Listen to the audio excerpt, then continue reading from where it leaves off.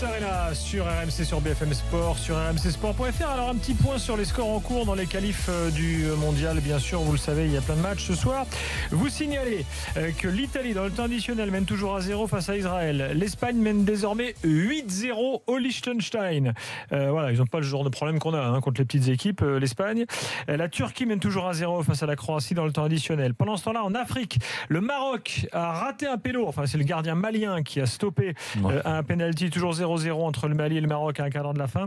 0-0 également entre l'Algérie et la Zambie. Voilà. Et puis l'Amérique du Sud, depuis quelques minutes maintenant, a démarré le match Colombie-Brésil 0-0 toujours.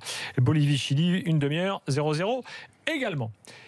Le PSG au programme, enfin la fronde anti-PSG au programme, c'est mon avis du soir. Jingle Bribois. France-Luxembourg, donc dimanche, 3 points, on est d'accord?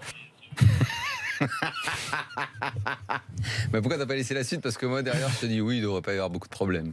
Voilà. Je crois que je disais ça derrière. C'est quand tu disais on y est déjà. Bah non, mais j'avais raison. Il a dit France-Luxembourg dimanche, 3 points. Bah, on y était, non? Oh, but du Maroc. Ah non, à côté. Ah non, à côté. À côté. Ils viennent de rater un péno énorme et là c'est il le est même. tout seul, C'est il le est à même. côté. C'est le même. En 1 contre 1 face au gardien malien à côté. Bon. Alors, je vais vous parler de la fronde anti-PSG ce soir. Pourquoi? Parce que vous savez qu'en ce moment, il y a une réunion à Genève très importante de ce qu'on appelle l'ECA. C'est le regroupement des grands clubs européens. Ça, c'est les organismes et institutions dont tout le monde se foutait avant. Ouais, et maintenant, c'est devenu... Bah oui, c'est devenu méga important parce qu'ils ont un vrai pouvoir.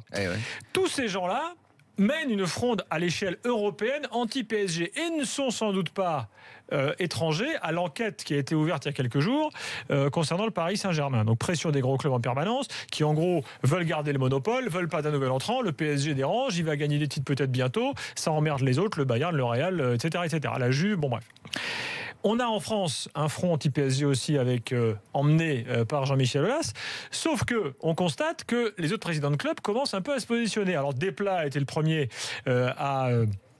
à mettre les pieds là, enfin à se sortir du bois pour dire non, le PSG ça sert tout le monde, et moi c'est mon avis aussi, parce que ça va faire monter les droits de télé, parce que ça remplit les stades, parce que Neymar il fait rêver le supporter lambda, et je dis ça sans aucun esprit partisan, pro ou anti-PSG, je veux dire c'est juste des faits qui sont là. Le PSG remplit les stades, ce sont des faits qu'on vérifie depuis le début de la saison. Les droits de télé qui vont monter, on attend la confirmation dans quelques mois, mais enfin ça semble tout à fait inéluctable. Aujourd'hui le PSG sert l'ensemble de la Ligue 1. Et même Bernard Cayazo le dit, je vous propose de l'écouter, c'était donc à cette fameuse réunion de l'ECA, parce qu'il y était, Bernard Cayazo. Alors je ne sais pas si c'est incrusté ou s'il est invité pour représenter Saint-Etienne, parce que c'est vrai que Saint-Etienne, avec le Barça, le Real, ça peut paraître anachronique, ils n'ont pas le même palmarès. Supporters des Verts, ne vous vexez pas. Enfin, il y était. Écoutez Bernard Cayazo, donc, qui explique qu'il faut soutenir le PSG. Que le PSG soit un grand PSG avec Neymar, Mbappé, etc., et qu'il soit finaliste et gagne une Champions League, pour nous, est-ce que c'est un point positif ou un point négatif par rapport à un PSG tel qu'il était, celui de l'année dernière? C'est un point positif. Donc nous devons, le football français, le combat du PSG est aussi le combat du football professionnel français. C'est indiscutable. Voilà.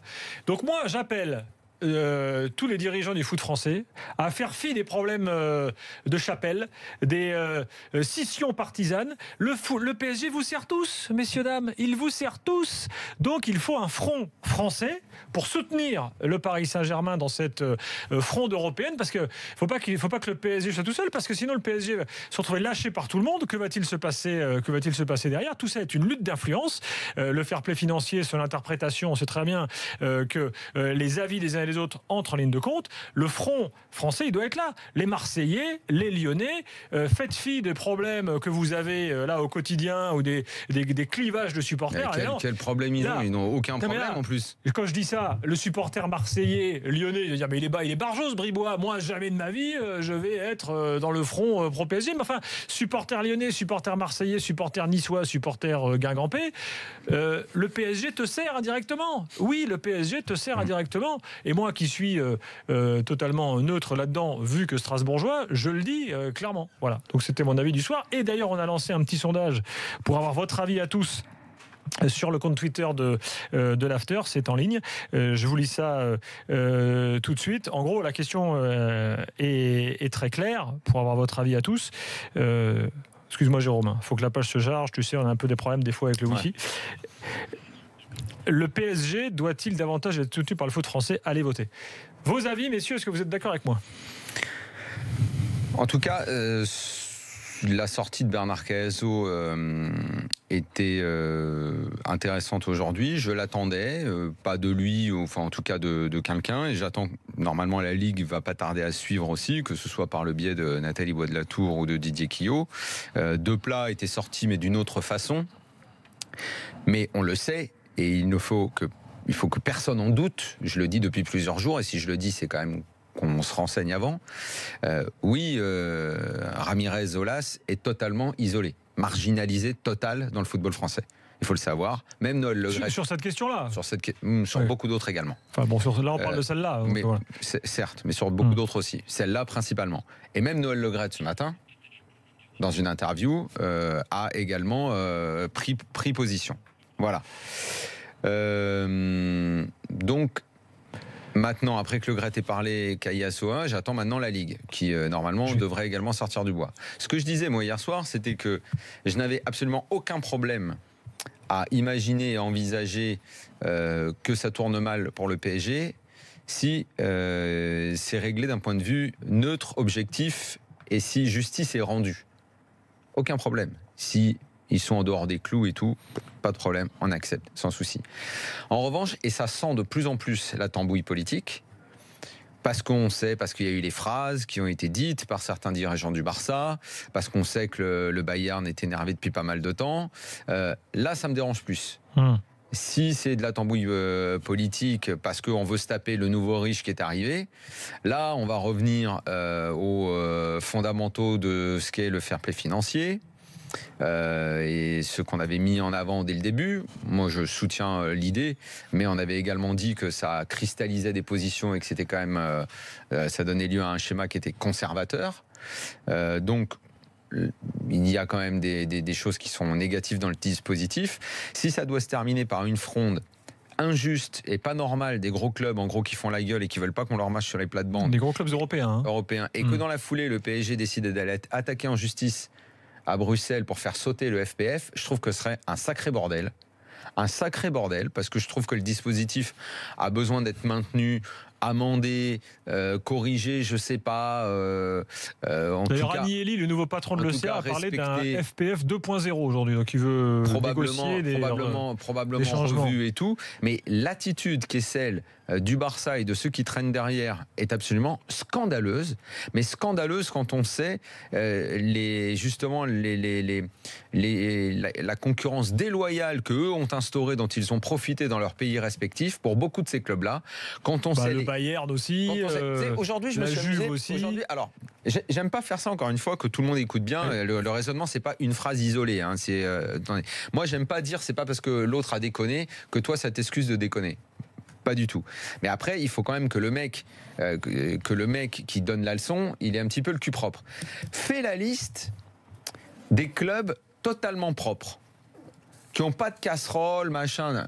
Tu vas voir que tu vas pas aller chercher loin. Tu vas pas aller chercher loin.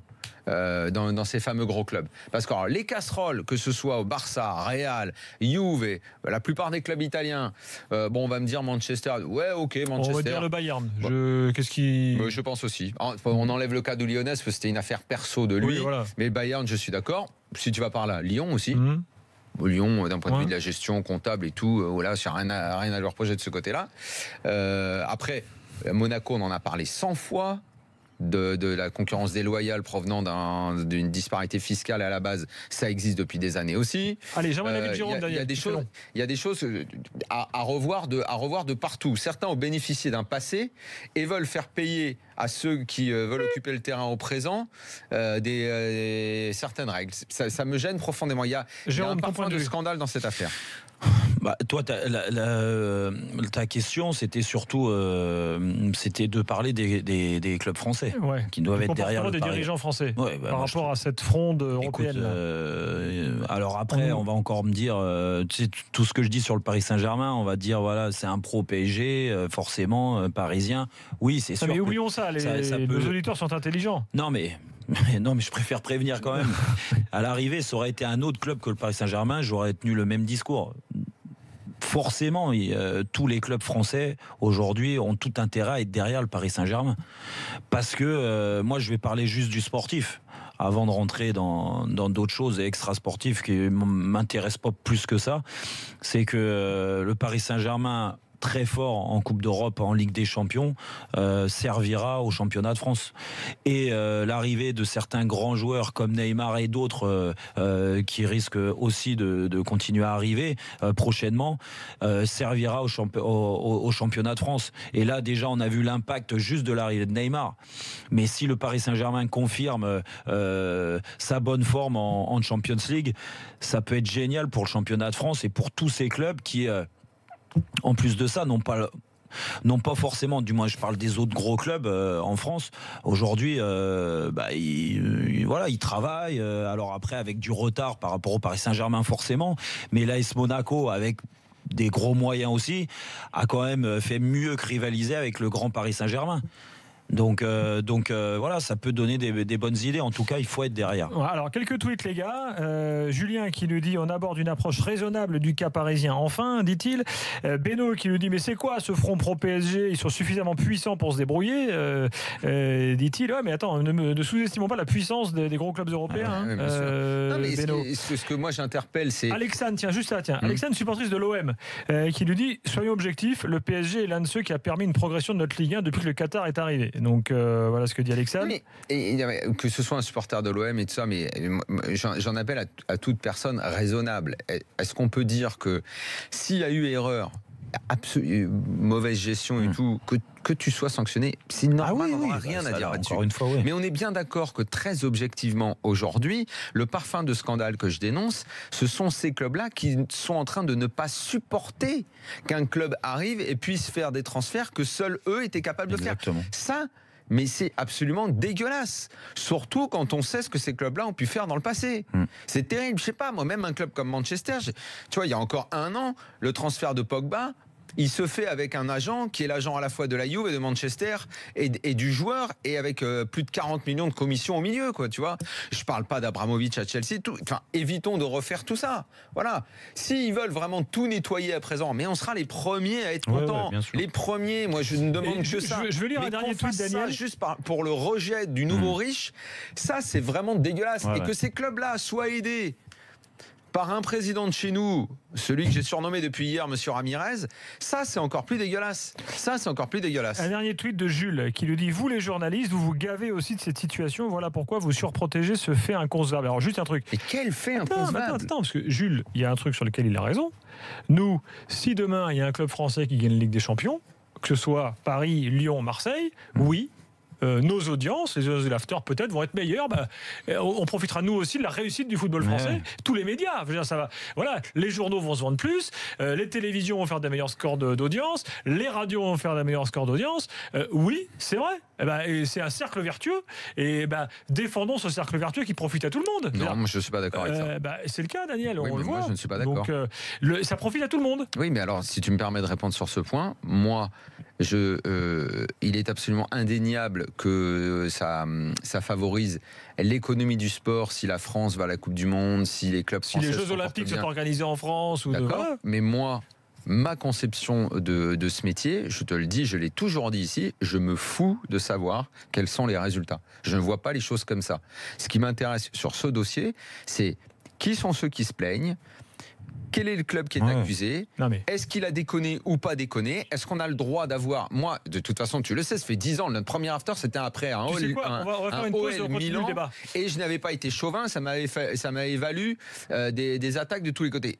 Je ne le suis jamais. Contrairement à ce que certains peuvent penser, et ils peuvent arriver avec toutes les preuves du monde, ils ne prouveront jamais que je suis chauvin et pas objectif.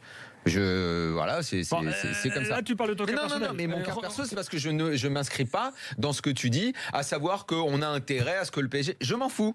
Moi, je m'en fous. Je m'en fous. Mais attends, je te le dis qu'on a tous intérêt. L'émission a existé. RMC, Lyon, qu'on y ait tous intérêt. Tout le monde. Oui, mais il n'empêche que l'émission a existé alors que jamais les clubs français avaient été aussi mauvais en Coupe d'Europe.